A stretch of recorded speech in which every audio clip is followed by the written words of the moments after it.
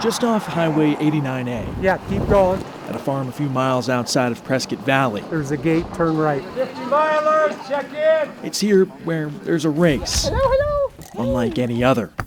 Thanks so much. Those that enter need to be in the best of shape. We're checking their hydration status, their gut sounds, their overall body condition. 25 miles? 25 miles. But it's a race where the number of legs doesn't exactly refer to the course. The human runners, we don't care about them. That's because this race is man versus horse.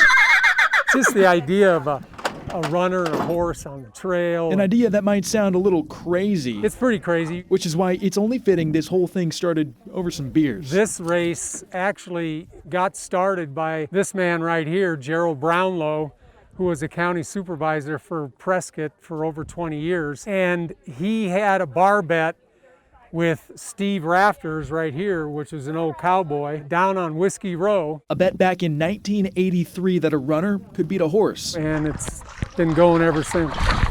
It's a 50-mile course with an elevation gain of around 2,600 feet. It's a test of strength between man and horse where every year man lost. That is, up until last year. First runner through at 8:29. He's the only guy that's done it in 36 years. The first runner came through at number 508. He was incredible. I remember him passing me, limbs flailing, and it was just like, oh, I just got beat by a human. All right, hope to see you later.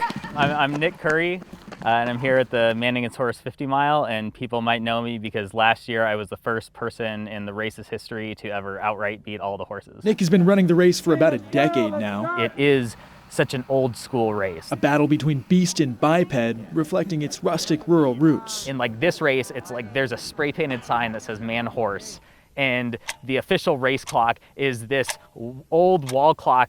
But when that clock strikes 6:30, Man against horse race, 2020, let's go, let's start.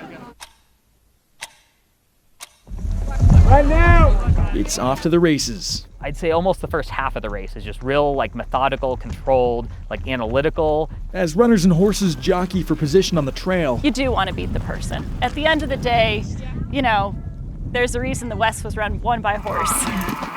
horses stop at designated medical checks, Checkpoint 5. Copy. Roger that. which gets taken off their overall time. Meanwhile, the humans pass right on through. You want to get competitive, and you do get competitive, but it's like a fun, cooperative competitiveness.